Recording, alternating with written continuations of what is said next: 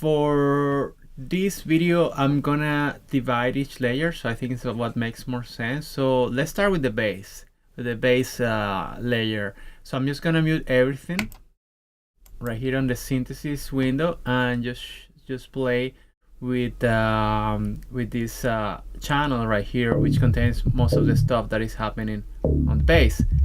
And if you check this out, there's an oscillator and a filter also that are routed to channel 1 through this mixer here.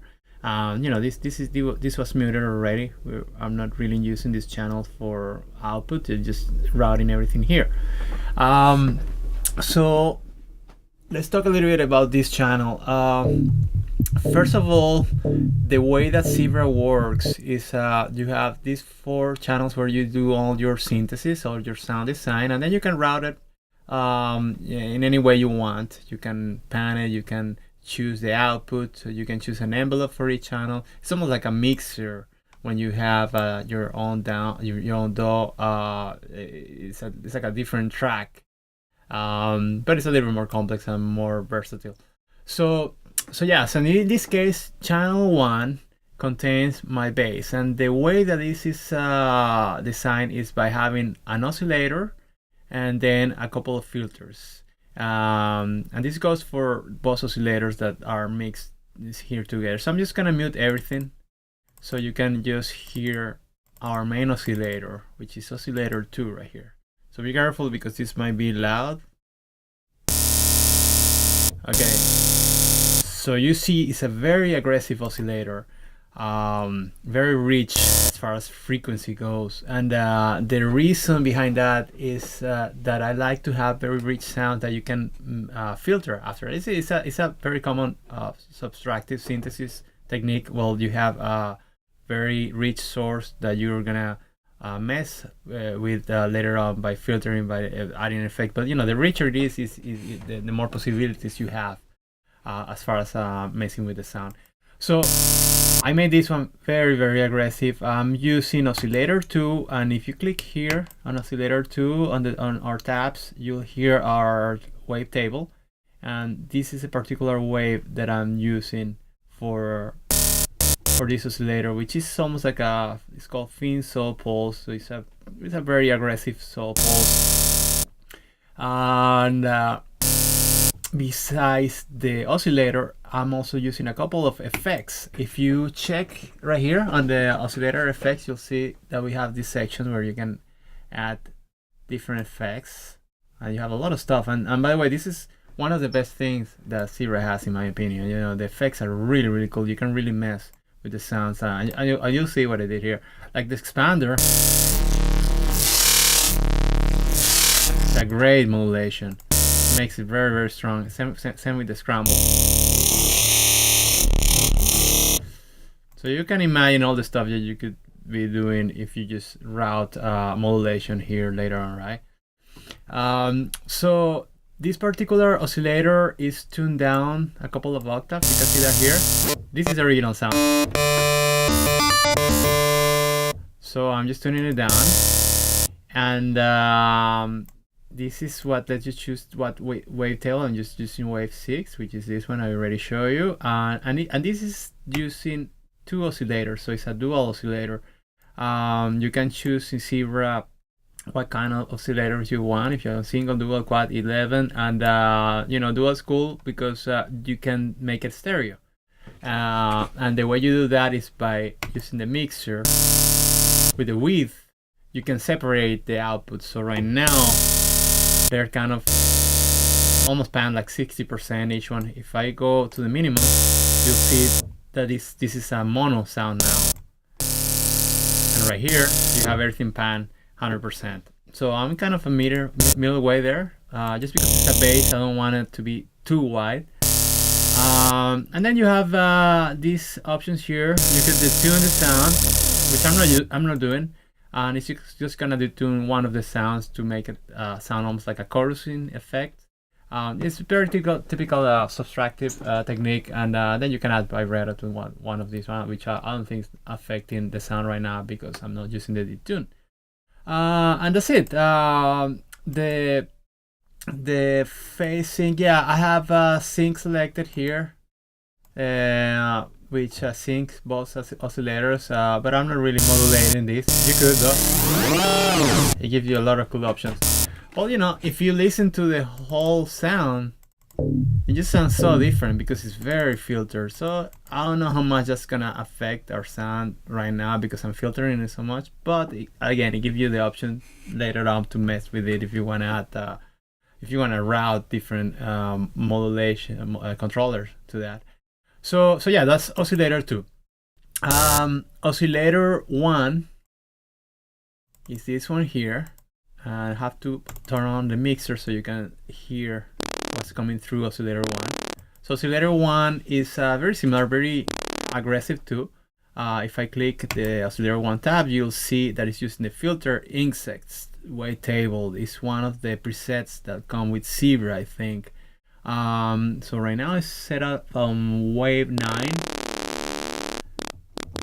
which is very cool. It's kind of phasey. It's almost you hear it kind of in a weird stereo way, and it adds a little bit of the high content to this sound. So yeah, I usually when I have a bass pulse, I want to have two elements of the bass. I want to have the actual bass, and then I'm gonna have or it's gonna be our presence or the the high content, so you can control them independently. So this is our bass. I know everything is routed to the mixer. The oscillator has quite a few stuff going on. It have also a couple of effects. It's the filter, the brilliance. Just make it brighter here. Same with the brilliance. And what else is a dual oscillator? This one is done 100%. That's the reason it's so wide. And we also have it tuned down to octave, right? Besides that, I'm actually modulating the wave. What you can do with this controller here is you can assign any source, and that's gonna modulate this wave. So it's gonna choose different waves from the wavetable. So this is being modulated by this source, which is assigned to the multi-segment envelope generator 2, which is this right here. This one. So I'll talk more about the envelopes later because that's a big part of what the sound is doing with filtering. But right now, it's just moving the wave a little bit. And I like to have this kind of modulations going on with a lot of my sounds, just because it keeps them organic, keeps them alive. Otherwise, it might sound too synthetic if you start hearing the loop going on the synth. So that kind of prevents that. So yeah, that's a trick that you can do, especially for the pads. It's a great thing to do. And that's it. Oh, actually, it's a little bit detuned. So it has a little bit of that chorusing effect I was talking about before. And that's it. And that's routed to the mixer. There's actually a filter assigned after this, but I'll talk about that in a second. This one is not super important. So yeah. So those are our oscillators on layer 1. So let's talk about the filtering, which is what I think the main component of this sound. Filter 1. So let me just turn on oscillator 2. And this is it. This is what you have. This is the actual groove. So what this filter is doing, by the way, I choose the first one. It's a very simple filter. It's being modulated by the envelope generator 1, which is this one here. I can show you the envelope right here when you click on this tab, right? So let me turn it off first so you can see, you can hear it without it. So this is it. This is the sound right now. This is the original sound. So it's been filtered a lot, right? But the generator is what's controlling the filter. So the way it's set up is kind of almost like a just 12% of the setting. It's a nice groove. It's still subtle. If I open it too much, it gets too aggressive.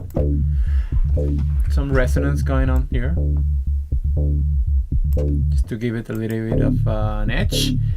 And what else? And we also have an LFO that is actually modifying our this controller here. And again, it's just because I like to have LFOs modifying other controllers or other sounds, just to always keep it organic. What else? Nothing interesting here. A little bit of distortion, and that's pretty much it. So our groove here, and what I think is the most important part of this patch is this here. Is the envelope generator. This is right here. This is the groove. These are the notes. So you can draw this, and this is the hardest part for me, I think, to when you're creating a pulse, is just to get that pulse right. You know, you want to get something that is simple, minimalistic, but at the same time that can be hypnotic and interesting. You know, that you can repeat many times and you don't get bored. So that's the hard part. If you get it too complex, then it's just hard to use. It's just hard to implement on your music. Anyway, so you'll see that this is working as an 8-bar envelope, and you can hear it, the filter going down, and each segment here is kind of doing the attack. So depending on how high this is, the filter is gonna open. So yeah, so that's our groove right there. What else? Then we have another filter here, which is just a high pass filter, and this one I'm kind of using almost like an EQ. I'm just filtering a little bit of the lows, so because otherwise it gets just too bassy. And same with oscillator one. This one, we talk about this one. This one was giving us some of the high content, right? So you can hear also the stereo content is almost working here. And you know, that's another thing when you divide a bass and you want to keep the low elements in the middle, and the stereo field can work with the high frequency part of the sound. It's just gonna sound a little bit tighter. And I have another filter here, by the way, which is just a high pass filter, just because I want to keep only the high stuff, the really high stuff of this patch. It's very subtle. The stereo field is very subtle on this one, but you hear it. And that's it. That's pretty much the whole layer. After that, we have a few effects, but I'll talk about this section later on. So I'm just gonna finish with the other layers first. Okay, so now let's talk about this layer, which is our little ostinato. So this one only has an oscillator and a filter. So let me show you what the oscillator is doing first. Let me mute this. So this is our sound. Let me show you the oscillator. So it's just a very, you know, kind of like our default table. Yeah, don't worry about the name here. This in this case, I'm not even moving the wave table, so I'm just using this one. So a few things going on here. You hear the rhythm, and you also hear the tuning effect, right? So the tuning is being done by another envelope generator, which is envelope generator 3. So we can check it out here and here. And this is a chord right here. So this one is controlling the tuning, which also already starts a little bit high. That was kind of goes low, and you see the curve here. This is the tuning. It's just backwards because I have this on negative value, so it's just kind of moving down when I hit it, right? and up, down. So yeah, so that's what gives you that little thing that works as a very nice tension element. And the rhythm is just being done by an LFO, which is controller our main volume of this oscillator, and the LFO3 is just a 16 LFO. It's just if I turn the volume up, you hear it completely. So I level a little bit of the volume, so it sounds like a continuous sound, but with that pulse. And that's it. This is a single oscillator, so there's nothing going on with the width or vibrato. This is not really affecting anything, and that's pretty much it. That's our scary sound. Then I have a filter going on, which is this right here. So it makes it a little bit more interesting and more subtle too. You know, it's not so much in your face now. So I like it. And now what is this doing is just moving a little bit of our cutoff frequency. Again, same filter. And it's being controlled by an LFO2, which is right here. And this is 10-second LFO, so it's a very slow LFO. You know, if I turn it off, you know, it gets a little bit boring. That way, you keep it more interesting, more organic. And that's it. There's a little bit of drive on this one, and that's pretty much it. And then this one is routed through this channel, and it goes to bus 1, which is this right here. But I'll talk about the mixer later. Okay, so that was our second layer. So let's talk about our first layer, which is our hi-hat. So this one is pretty simple. It's just a noise generator, and what's going on here is you can filter. I'm filtering the lows here, so just keeping the high elements. It's not even stereo. Like, you could switch it and have an stereo oscillator. I just want to keep it mono, so it's a little more subtle. And I'm playing with a little bit with the panning. You see that in a second. So yeah. So what else is going here? That rhythm is being done by another envelope generator, which is the number 1, which is the same one we have for our bass, right? So if I turn it off, this is it. This is the volume. There's a little bit of effect that you hear from our main mixer, and I'll show you those effects later. But for now, this is it. If I want to keep that rhythm, I have to modulate the volume, and I'm using it through this envelope generator that I talked about. So it kind of works nice because it's the same one that I'm using for the bass, so that's why they complement each other very well. So yeah, that's for the noise generator, and the noise is being routed to bus 2, which is right here, and I'll talk about it in a second. Oh, besides that, this is also routed to the mod wheel. Like, the volume is routed to the mod wheel. I'm sorry, the mod wheel is routed to the volume right here on this channel, so I can control a little bit of the volume of that noise generator or hi-hat. And that's pretty much it. Those are the layers of the sound. One other thing,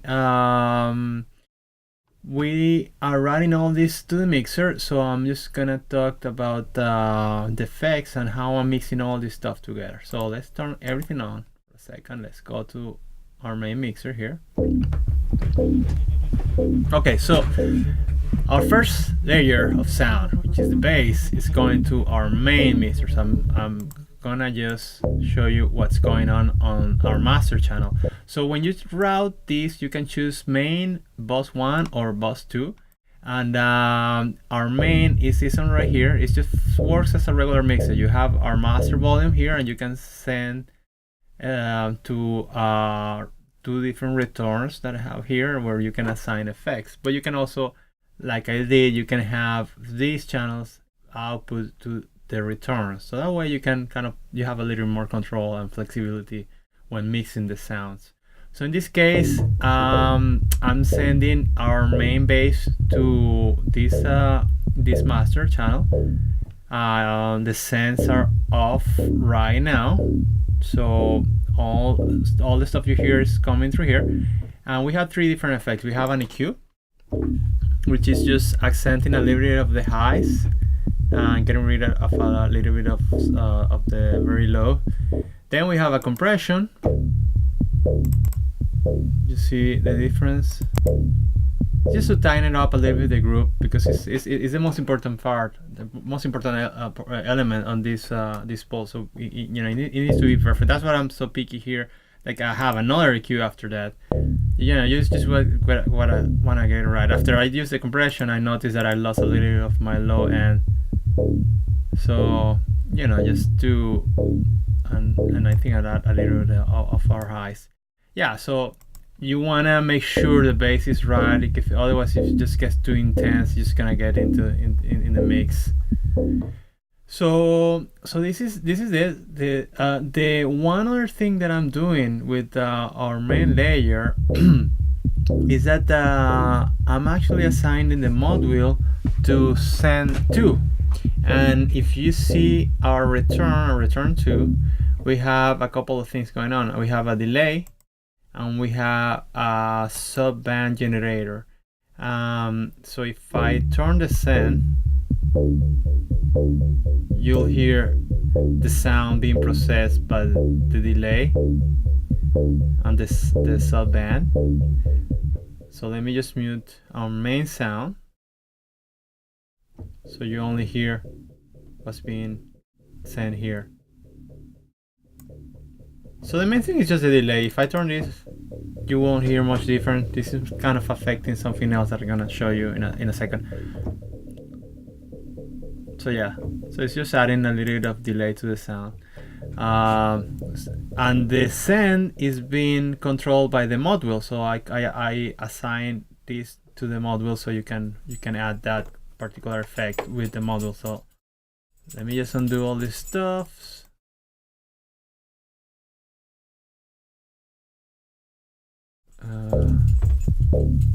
Okay.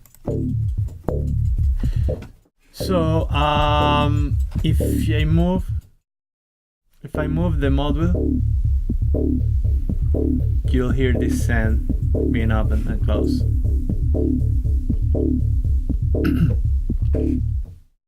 Okay. Oh, sorry, I had this on.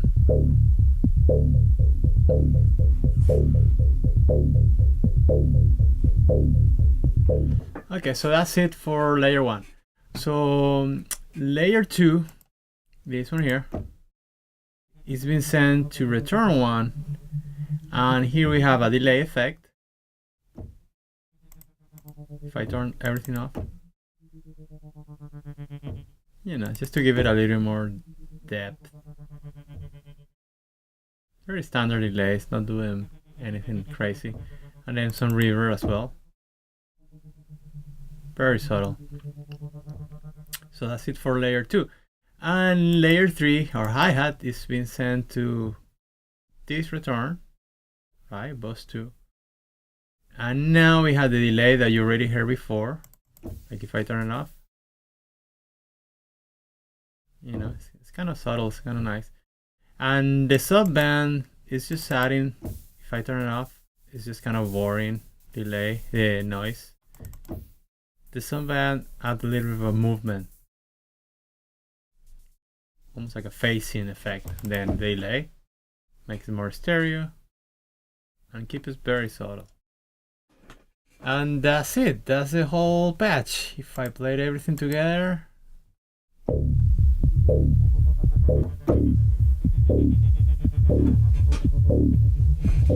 so that's it. That's how this was made. So later on, I'll try to show you different patches with different kind of, approaches on how to make a sound. But definitely the most important here was the the envelope generator and how that works and how that generates a rhythm. You know, everything is kind of complementing our rhythm here. So that's it. That's our dark pulse. I hope you learned something from this, and maybe you can use you know, something, a little trick for your own sound designing. So thank you, and I'll see you in the next video.